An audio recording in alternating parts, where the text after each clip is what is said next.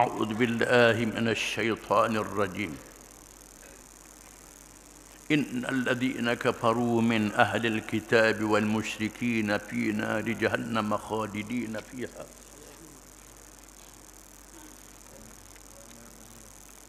وما أمروا إلا ليعبدوا الله مخلصين له الدين حنفاء ويقيموا الصلاة ويؤتوا الزكاة وذلك دين القيمة إن الذين كفروا من أهل الكتاب والمشركين في نار جهنم خالدين فيها أولئك هم شر البرية إن الذين آمنوا وعملوا الصالحات أولئك هم خير البرية جزاؤهم عند ربهم جنات عدن تجري من تحتها الأنهار خالدين فيها أبدا رضي الله عنهم ورضوا عنه ذلك لمن خشي ربه.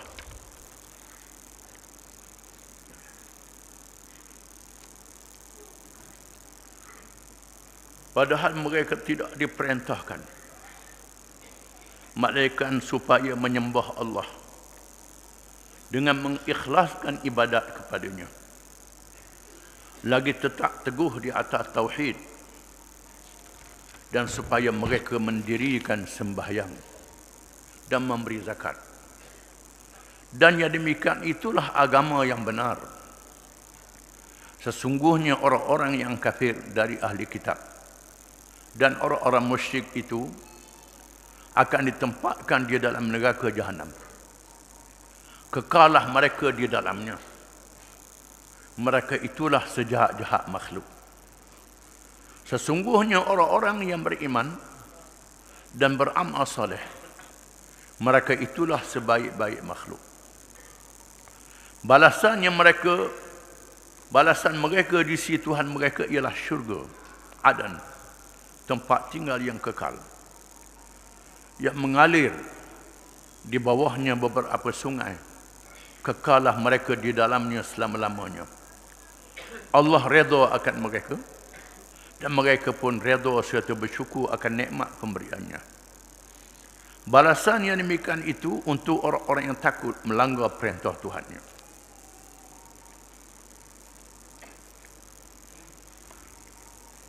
Ayat-ayat yang kita baca ini menyatakan akidah tauhid, akidah mengesahkan Allah dari segi tauhid uluhiyah, tauhid rububiyah, tauhid ibadat, tauhid asma' dan sifat. Kebanyakan kita mengaji tauhid sifat saja. Duk baca pasal sifat, duk gonya sifat je. Padahal tauhid ini termasuklah berkait dengan nama-nama Allah, berkait dengan rububiyah, berkait dengan uluhiyah. Ada orang tu tak ada hak sifat dalam tauhidnya, hak tu tak mengaji habis. Tak mengaji habis, kena mengaji habis. Oleh kerana umat Islam dilanda oleh falsafah di zaman kerajaan Abbasiyah. Falsafah ni duduk bahas pasal sifat-sifat. Maka kitab yang ditulis di zaman Abbasiyah membicarakan pasal sifat Tuhan. Menyebabkan tauhid rububiyah, uluhiyah, tauhid nama-nama Tuhan dibiarkan. Menyebabkan orang Islam jahil. Berjumpa dalam kitab tafsir, berjumpa dalam kitab-kitab hadis. Sebahagian besarnya mengaji tauhid, tak mengaji tafsir dan hadis. Ini jadi masalah. Balah dalam perkara kita tak mengaji. Kena belajar habis tafsir-tafsir Quran itu. Dan tidak mereka disuruh melainkan supaya mereka itu mengabdikan diri kepada Allah. Tauhidul ibadah, tauhid uluhiyah. Tidak ada Tuhan yang layak disembah melainkan Allah sahaja. Melainkan Allah sahaja. Tauhid rububiyah, orang kafir pun percaya. Wala in sa'altahum man khalaqas samawati la yaqulunna Allah. Kalau tanya mereka siapa yang menjadikan langit dan bumi, kata mereka Allah. Yang menciptakan langit dan bumi Allah. Semua orang kafir percaya. Termasuk mereka yang tak percaya adanya Tuhan. Fitrahnya, sifat menjadinya percaya. Akan jadi percaya. Bila dia naik kapal terbang, mapuh menjeng kapal terbang. Dia tak percaya ke Tuhan. Masa tu dia percaya Tuhan ada. Dia pergi ke laut, tengah malam gelap, mari ribut gelombang besar. Kapal dia nak tenggelam, masa itu percaya adanya Tuhan, fitrahnya, sifat semula jadinya. Itu tauhid rububiyah. Tauhid uluhiyah, Tuhan yang layak disembah, Allah sahaja. Hukum syariat yang dipakai hukum Allah sahaja. Tak boleh pakai hukum yang tidak diizin oleh Allah Ta'ala. Hukum yang Allah Ta'ala izin, tak apa. Contohnya hukum jalan raya. Hukum jalan raya, nak jalan kok kanan, kok kiri. Negeri-negeri ada kok kiri, negeri ada kok kanan. Ikut negeri masing-masing. Arahan undang-undang jalan raya wajib kena ikut. Walaupun undang-undang manusia. Walaupun undang-undang manusia. Wajib kena ikut. Kalau tak ikut, membinasakan diri sendiri. Haram. Oh, anak nak ngelak daripada pulih denda. Pulih denda tu hukuman dunia. Hukuman akhirat, bunuh diri haram. Tak boleh. Lari lebih pada had. Laju sampai bunuh diri. Haram. Tak boleh. Termasuk hukum agama juga. Walaupun tak masuk dalam Quran dan hadis. Itu undang-undang yang Allah Ta'ala izin manusia buat. Allah Ta'ala izin manusia buat. Ada Allah Ta'ala izin manusia buat. Bila berlakunya inflasi, meletakkan harga barang untuk mengawal. Ini undang-undang yang Allah Ta'ala izin manusia buat. Banyak perkara yang Allah Ta'ala izin manusia buat. Termasuklah letak sempadan tanah. Itu undang-undang yang Allah Ta'ala izin manusia buat. Allah Ta'ala izin manusia buat. Bila manusia buat, Allah Ta'ala izin, kena ikut peraturan itu. Kena ingat. Walaupun tak ada dalam Quran, tak ada dalam hadis, kita kena sedar. Arak ada dalam Quran. Judi ada dalam Quran. Dadah tak ada dalam Quran. Agama tak boleh. Mengapa arak diharamkan? Kerana mabuk. Mengapa dadah diharamkan? Kerana mabuk. Sebab yang sama. Sebab yang sama. Kena belajar illah. Kena belajar sebab-sebab dia. Ini kena faham. Di sana ada hukum yang dinaskan. Iaitulah sembahyang 5 waktu. Rakaat-rakaat sembahyang. Rakaat-rakaat sembahyang. Tuhan dah tentukan sembahyang maghrib 3 rakaat. Masa rajin orang lalu nak sembahyang 30 rakaat, tak sah sembahyang. Tak sah sembahyang. Allah Ta'ala sudah tetap. Walaupun rajin orang lalu pun tak boleh. Itu Tuhan tetap. Sembahyang yang 4 rakaat, 4 rakaat. Masa musafir boleh qasar sembahyang 2 rakaat. Itu Allah Ta'ala tetapkan. Nabi ajar. Itu kena faham. Termasuklah halal dan haram. Hukum kisah dan hudud yang Tuhan sebut dalam Quran, ini kena ikut. Hukum ta'zir tak sebut dalam Quran, itu ijtihad para pemimpin dan pemerintah. Kena ikut. Kisah dan hudud, pemerintah buat hukum lain, salah pemerintah itu. Pemerintah itu salah, tak ikut hukum kisah dan hudud yang ada dalam Quran. Ini kena faham betul-betul. Itu makna mengabdikan diri kepada Allah dalam ibadatnya, dalam hukum syariatnya, dalam segala peraturan-peraturannya. Apabila Adi bin Hatim At-Ta'i, seorang padri Kristian, datang menghadap Nabi SAW dalam keadaan memakai salib yang digantung di lehernya, salib beremas. Lalu Nabi menyebut firman Allah Ta'ala, ittakhadhu ahbarahum maruhbanahum arbaban min dunillah. Mereka itu orang-orang Kristian melantik padri-padri mereka dan pendeta-pendeta mereka Tuhan yang lain daripada Allah. Kata Adi bin Hatim, wahai Muhammad, kami sembah Allah juga. Kami tak sembah padri-padri dan pendeta-pendeta kami. Kata Nabi, mempakai hukum yang padri pendeta kamu buat. Lain pada hukum Allah. Sudah ada hukum Allah, manusia lagi buat. Tolak hukum Allah, pakai hukum manusia. Itu makna kamu melantik Tuhan-Tuhan yang lain daripada Allah. Kata Nabi. Lalu Nabi tanya-tanya, akhirnya Adi bin Hatim masuk Islam. Adi bin Hatim masuk Islam, menjadi seorang Islam, menunjukkan bahawa tauhidul ibadah jadi maksud di dalam ini. Tauhid uluhiyah, tak ada Tuhan yang layak disembah melainkan Allah Taala. Dengan hati yang ikhlas. Hati yang ikhlas ni tak ada riak, tak ada ujub, tak ada sum'ah. Ini perbahasan ilmu tasawuf. Ibadat dengan ikhlas, jangan tunjuk-tunjuk ke orang. Derma kerana Allah Ta'ala, jangan kerana nak suruh orang puji. Itu riak, menyebabkan tak boleh pahala. Mesti dengan hati yang ikhlas. Semua ibadat kena ada niat. Innamal a'malu binniyat wa innamal likulli imri'in ma nawa. Faman kanat hijratuhu ila Allah wa rasulih fa hijratuhu ila Allah wa rasulih. Faman kanat hijratuhu lidunya yusibuha aw imratin yankihuha fa hijratuhu ila ma hajara ilaih. Sesungguhnya segala amalan itu dengan niat. Semua amalan dengan niat. Bagi tiap-tiap seorang mengikut apa yang dia niat. Barang siapa yang berhijrah dari Mekah ke Madinah kerana Allah dan Rasul, dia boleh pahala kerana Allah dan Rasul.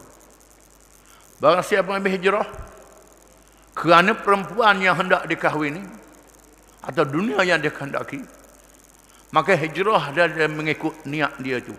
Tak boleh pahala hijrahnya itu. Hadis ini berkait dengan Muhajir Ummu Qais. Ada seorang yang masuk Islam berhijrah kerana nak kawan perempuan. Perempuan bernama Ummu Qais. Berhijrah dia ikut sama. Orang hijrah kerana Allah dan Rasul. Dia hijrah kerana ikut orang puan. Hijrahnya tak ada pahala. Maka hadis ini menjadi dalil. Semua ibadat mesti dengan niat. Mesti dengan niat. Mesti dengan niat. Ulama-ulama bahas pula. Bahas pula niat tu kena ada di mana. Syafi'i kata, qasdu syai'in muqtarinan bi fi'lih. Qasad nak buat sesuatu perkara, buat lalu. Kata mazhab Syafi'i. Mazhab lain kata, dulu sikit pun tak apa.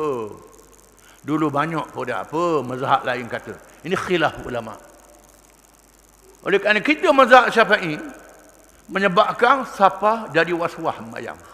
Nak hadir niat ni. Allah, siapa habis nafas, nak hadir. Padahal puasa, niat puasa tunggu masuk subuh ke tak? Niat puasa. Tunggulah kat subuh niat puasa. Tak tunggu pula. Mayang lain, puasa lain pula. Ni kena main. Ini kelemahan dalam mazhab Syafi'i, kita kena sedar. Dengan sebab itu jangan was-was dalam masalah niat ini. Boleh pakai mazhab lain tak jadi salah. Kalau mari nyakit was-was doa lalu, was-was ni syaitan. Imam Malik tok guru pada Imam Syafi'i. Imam Hasan Asy-Syaibani, anak murid mazhab Hanafi, tok guru pada Imam Syafi'i. Imam Ahmad bin Hanbal, anak murid pada Imam Syafi'i. Syafi'i kata begini, Imam Malik kata begini. Imam Muhammad bin Syaibani, anak murid Abu Hanifah, guru pada Imam Syafi'i, kata begini. Ini khilaf antara ulama-ulama, jangan was-was. Jangan was-was. Balah dalam bab niat pun dah. Siapa nak utuh masjid balah. Ni kata kena ada dalam ra, tak dia lepas pada ra, kena dulu pada apa tak boleh. Mazhab Syafi'i pun khilaf. Imam Ghazali mengatakan kalau niat itu dulu pada Allah Akbar, sah kata Imam Ghazali. Kata Imam Ghazali mengikut kita Al-Hawi yang ditulis oleh Al-Mawardi. Ini khilaf. Ulama-ulama Syafi'i khilaf sama-sama dia. Oleh kerana kita duduk mengaji satu kitab, duduk bahas. Duduk bahas pasal niat, jadi was-was sembahyang. Tok Imam nak baca Fatihah dah. Kita duduk takbir lagi. Takbir lagi. Pasal apa? Ikut syaitan. Pasal ikut syaitan. Was-was daripada syaitan. Imam Malik, tok guru Imam Syafi'i. Muhammad bin Hasan Asy-Syaibani, tok guru Imam Syafi'i. Imam Syafi'i kata, nak ikut tok guru Imam Syafi'i ke nak ikut Imam Syafi'i? Ini khilaf dalam masalah Syafi'i dan ulama-ulama mazhab. Imam Malik kata, semua cakap-cakap manusia boleh diterima dan ditolak kecuali mereka yang ada dalam kubur ini. Inilah yang dibahas oleh ulama yang penting ialah mukhlisina lahuddin, ikhlaskan Allah Taala dalam amalan. Masalah niat duduk mana itu perbahasan khilaf di kalangan ulama. Jangan was-was. Semua ulama boleh ikut belaka. Man ijtahada fa asaba falahu ajran wa man ijtahada fa akhta falahu ajrun wahid. Barang siapa yang berijtihad, kalangan ulama ijtihad dia betul, boleh 2 pahala. Barang siapa yang berijtihad, ijtihad dia salah, boleh 1 pahala. Barang siapa yang ikut was-was, tak ada pahala. Ikut was-was tak ada pahala. Mandi wajib siapa nak habis sekolah hai. Mandi wajib. Bong kilo hai kau. Tak ada lagi, dia rasa kering macam. Itu penyakit syaitan. Basuh kaki, itu penyakit syaitan. Mukhlisina lahuddin, ikhlaskan Allah Taala. Baginya sahaja untuk diabdikan diri dan semua urusan kehidupan kita. Hunafa, agama yang bersih daripada syirik, segala bentuk kekotoran. Wa yuqimus salah, dan mereka mendirikan sembahyang. Wa yu'tuz zakah, dan mereka menunaikan zakat. Wa dzalika dinul qayyimah, itulah agama yang betul. Orang Islam dikenakan zakat. Orang Melayu zakat ni terus je. Lain pada terus tak ada. Pakai lembu sampai 100 ekor, kubas 100 ekor tak ada zakat. Sebab hak dia belajarnya terus je. Padahal ada zakat ternakan, ada zakat pertanian, ada zakat harta, ada zakat galian, ada zakat perniagaan, ada zakat. Zakat diwajibkan pada orang Islam, jadi rukun Islam. Zakat. Orang kafir tak wajib zakat. Orang kafir dikenakan cukai. Orang kafir dikenakan cukai. Cukai jizyah, cukai menjaga keselamatan diri dia, dipanggil jizyah. Oleh kerana dia tidak dikerah tenaga untuk keselamatan negara, dia bukan Islam, tak diwajibkan pada dia, maka dikenakan jizyah. Dibayar jizyah untuk sumbangan keamanan dan keselamatan. Ini makna jizyah. Kita Jawi kata jizyah ni cukai pada. Terjemah cukai kepala pula sebab orang kafir takut. No. Itu kita tak Jawi zaman dulu. Cukai kepala. Orang kafir dia kenakan cukai kepala. Orang jaga kerak kepala. Itu salah. Jizyah ni makna jazak. Jazak makna kita memberi keamanan kepada dia. Dia duduk dalam negara kita, dia boleh meniaga, boleh hidup, bebas beribadat cara agama dia, tak diwajibkan kerahan tenaga. Kalau berperang tak diwajibkan. Maka dikenakan jizyah sebagai sumbangan kepada menjaga keamanan dan keselamatan.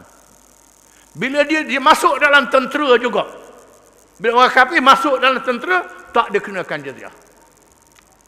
Dia sudah berkhidmat untuk negara, tak dikenakan jizyah lagi. Begitu juga zakat-zakat yang lain. Begitu juga orang kafir tak diwajibkan zakat, diwajibkan kharaj, diwajibkan usyur. Kharaj ni ialah cukai tanah.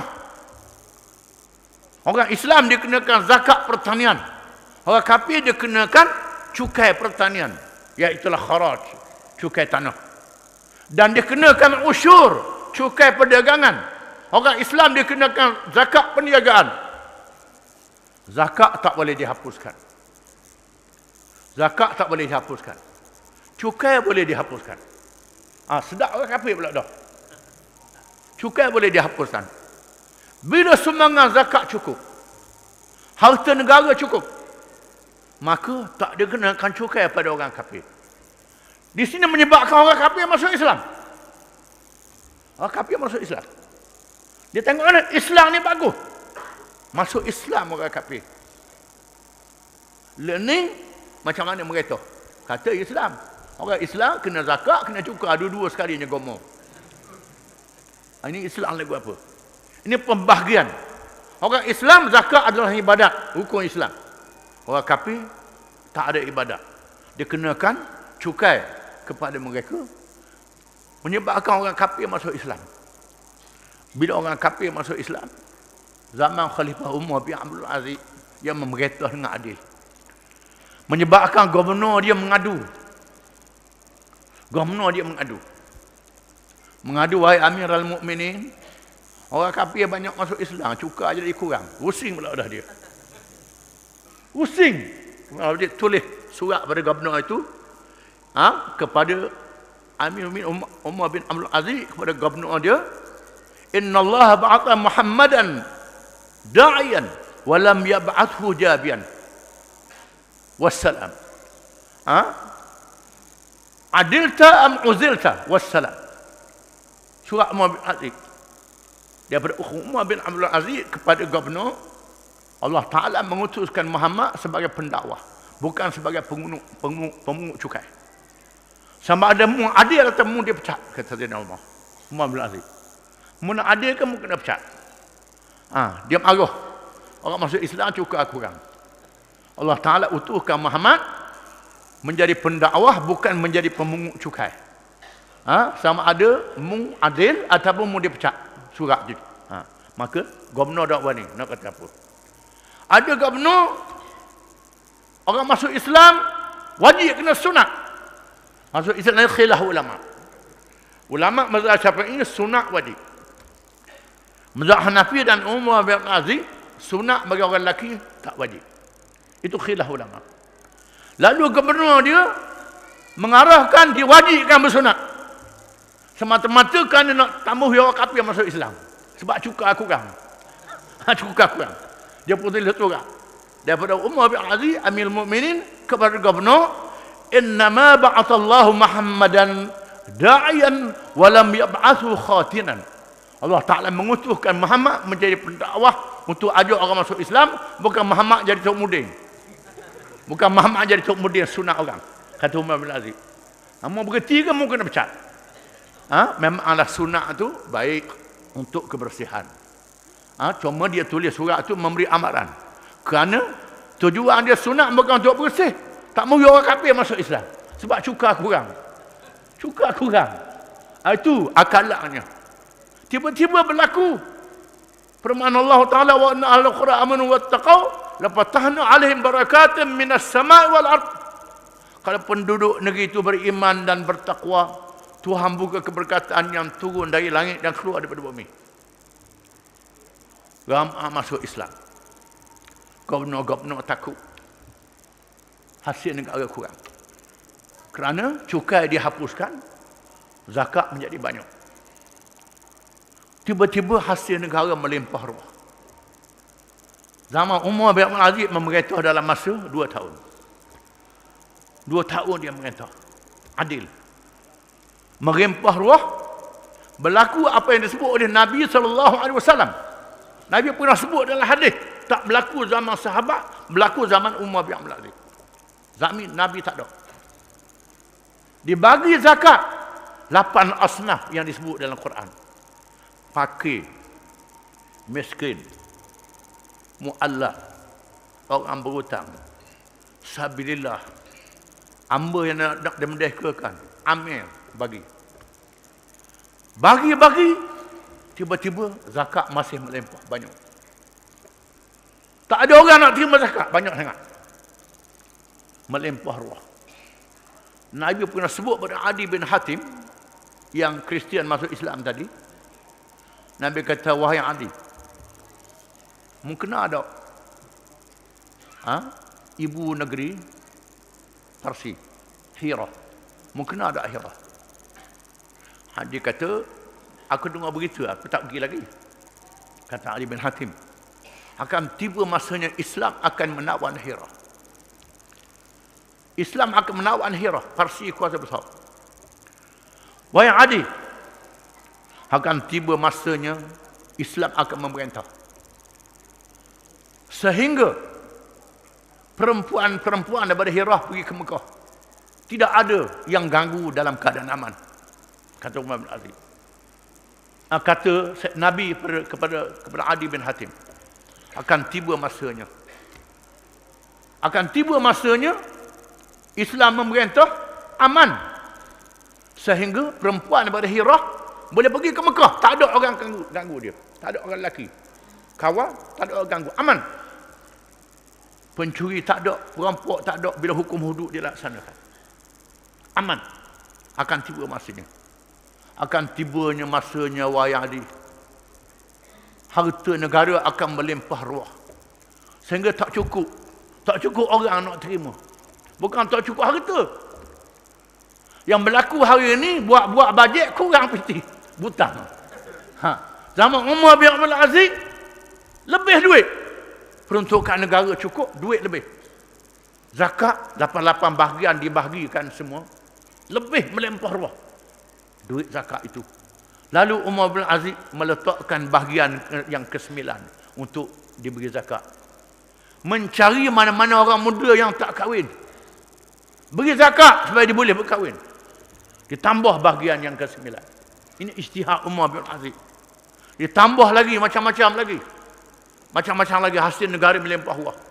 Umar bin Aziz merintah dalam masa 2 tahun sahaja kerana diracun. Diracun oleh keluarganya sendiri Bani Umayyah. Kerana tak boleh pemerintah yang adil macam ni bahaya ni. Ada pula orang anggap pemerintah yang adil bahaya. Zaman lain ada juga pasal lagu tu. Dia nak hak jahat. Nak hak jahat, hak menipu. Hak menipu, hak beri pitih ke dia menipu. Tu dia naknya, hak adil dia tak boleh. Diracunnya Umar bin Aziz. Ini berlaku zaman Umar bin Aziz. Jadi orang kafir masuk Islam. Sehingga cukai dihapuskan. Kerana harta negara dah cukup melimpah ruah. Banyaknya harta negara. Ini berkat daripada zakat.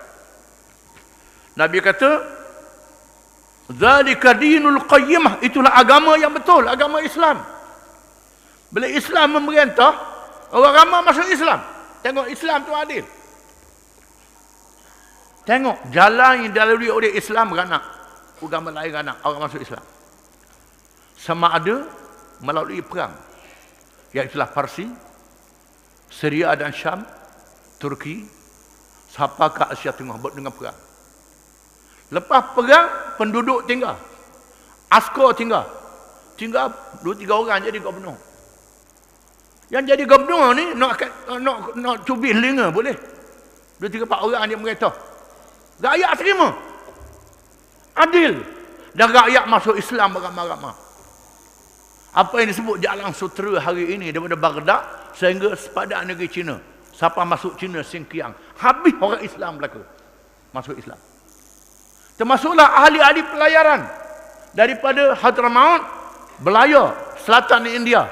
Sampai ke alam Melayu. Ke alam Melayu ni, Malaysia, Indonesia, Filipina, Brunei, sebahagian daripada Thailand, sebahagian daripada Vietnam, Kemboja, Islam. Kerajaan campak Islam. Bukan dengan perang. Dengan dakwah. Dengan dakwah. Orang tengok Islam ni adil, Islam ni baik. Hari ni pula, orang tengok Islam ni ganah pula. Siapa dia? Kadang-kadang jahat orang kafir dan bodoh orang Islam. Orang kafir jahat, orang Islam bodoh. Ini jadi masalah kita. Orang kafir memang jahat, kerja dia lawan Islam. Orang Islam pula bodoh. Semayang tak apa erti, berjihad tak erti, pergi haji tak erti. Tak erti belaka. Semayang ikut dang. Ikut dang semayang. Itu pula pergi haji. Orang suruh melotong dengan batu besar keliking, melotong dengan lipa. Tak pergi haji, bodoh. Hak berjihad pun bodoh. Berjihad bunuh siapa dia? Bunuh orang Islam. Bukan bunuh Yahudi. Sunni bunuh Syiah, Syiah bunuh Sunni, Sunni bunuh Syiah, Syiah bunuh Sunni. Duk berlawan pasal mazhab. Sunni dengan Syiah ni berhafal siapa layak jadi khalifah. Abu Bakar dengan Saidina Ali. Saidina Ali mati dah, Abu Bakar mati dah. Nak korek mula. Nak latih mula. Duk perang pasal tu. Ini tak ada pasal-pasal. Saya pergi ke Iran, saya bersyarah di Iran, saya bersyarah ke Iran. Mudah bahas Saidina Ali dia jadi khalifah. Ada lagi boleh korek mula. Boleh korek mula naik atas tanah latih jadi khalifah boleh. Ini pakak suka belaka. Apa dah dia tahu. Itu dia. Itu dia. Kita duk bahas pasal ni. Hak ni pula duk bahas pasal. Biarkan Israel, biarkan Amerika, biarkan. Itu ini dia. Alhamdulillah tempat kita ni dok tajam sangat. Innal ladzina kafaru min ahlil kitab wal musyrikina fi nari jahannam khalidina fiha Ulaika hum syarrul bariyah. Sesungguhnya orang-orang yang kafir daripada ahli kitab dan orang-orang musyrikin berada di dalam neraka jahanam. Mereka kekal selama-lama di dalamnya. Mereka itulah sebaik-baik makhluk Allah Ta'ala. Mereka itulah sejahat makhluk Allah Ta'ala. Bukan sejahat makhluk Allah Ta'ala. Sesungguhnya orang-orang yang kafir daripada ahli kitab dan orang-orang musyrikin. Mengapa dia sebut orang-orang yang kafir daripada ahli kitab, kemudian orang musyrikin? Ahli kitab ni, orang Yahudi dan Kristian, sebelum kedatangan Nabi Muhammad SAW, mereka adalah Islam. Mereka adalah Islam. Sebahagian mereka Islam. Menunggu kedatangan Nabi Muhammad SAW. Bila mari Nabi Muhammad, orang Yahudi marah. Marah pasal Tuhan tak latih bangsa Yahudi jadi Nabi. Dia nak suruh Tuhan pula dah. Macam dia pula Tuhan. Kau pada Tuhan lah nak latih sama dia. Itu hak Allah Ta'ala. Bukan hak bangsa-bangsa menentukan siapa latih jadi Nabi. Nabi ni bukan latih macam latih raja dengan presiden. Raja latih ikut keturunan. Allah Ta'ala boleh latih ikut keturunan dan boleh latih siapa-siapa dia sahaja. Allah Ta'ala lantik Nabi Musa dan Harun, dua beradik, jadi Nabi dalam satu masa. Allah Ta'ala lantik Nabi Ibrahim.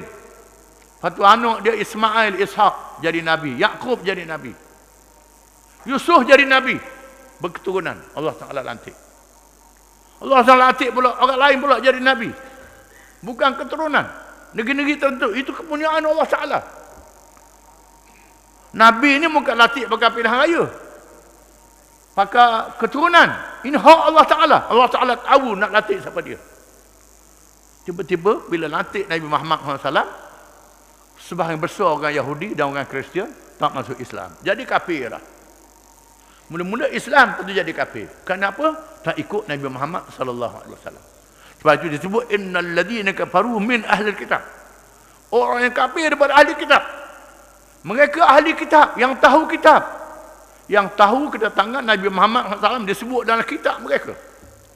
Bahkan ada ulama perbandingan agama mengatakan kelahiran Nabi Muhammad disebut dalam kitab agama Hindu, kitab agama Buddha dan agama-agama yang lain. Mereka tahu asal agama ni ialah Islam.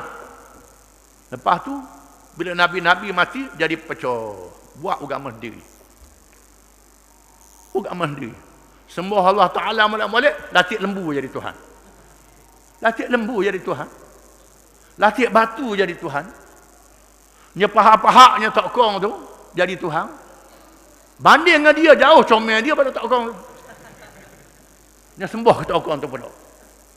Ini kebodohan manusia. Yang melantik itu ahli-ahli falsafah, bukan sembarangan orang, tapi tak dapat hidayah daripada Allah. Golongan ahli kitab kafir kerana menolak Nabi Muhammad SAW. Wal musyrikin, ada orang musyrikin kafir juga.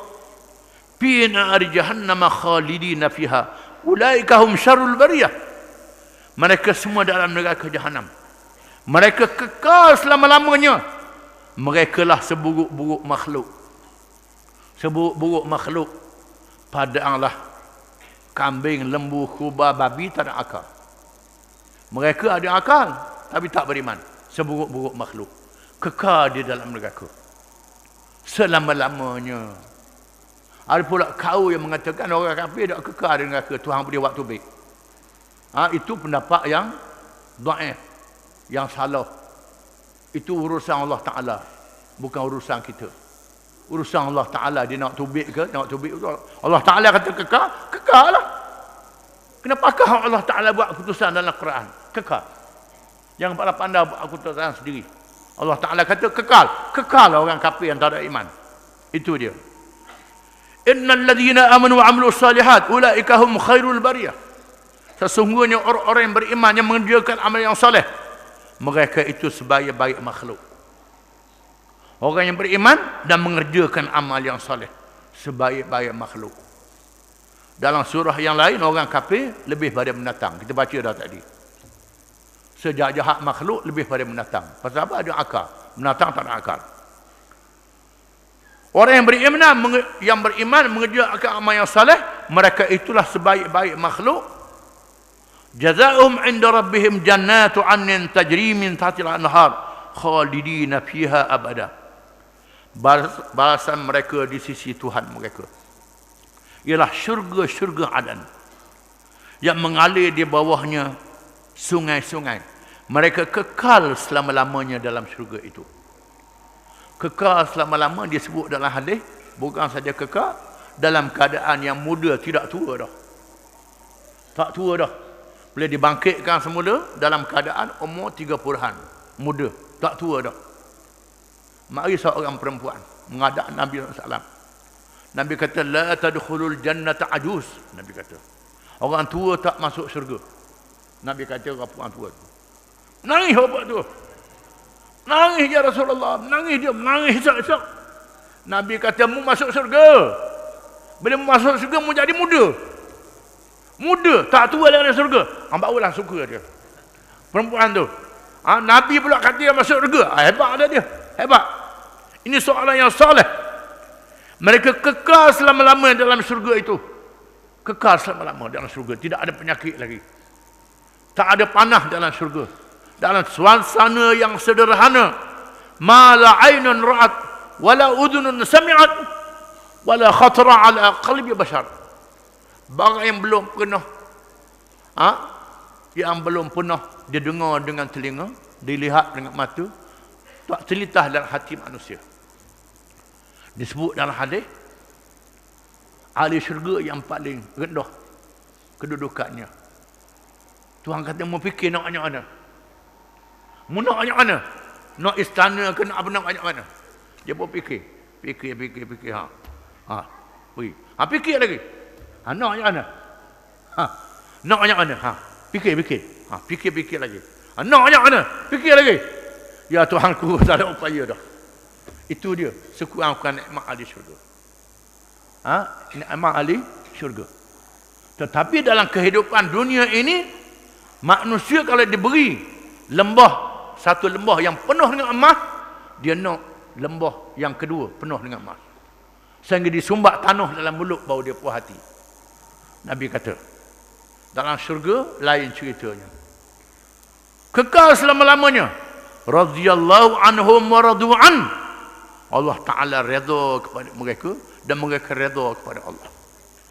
Dzalika liman khasyiya rabbah. Dzalika liman khasyiya rabbah. Itulah dia balasan kepada orang-orang yang takut kepada Allah Ta'ala. Dengan mengikut segala perintah dan meninggalkan segala larangannya. Wallahu a'lam.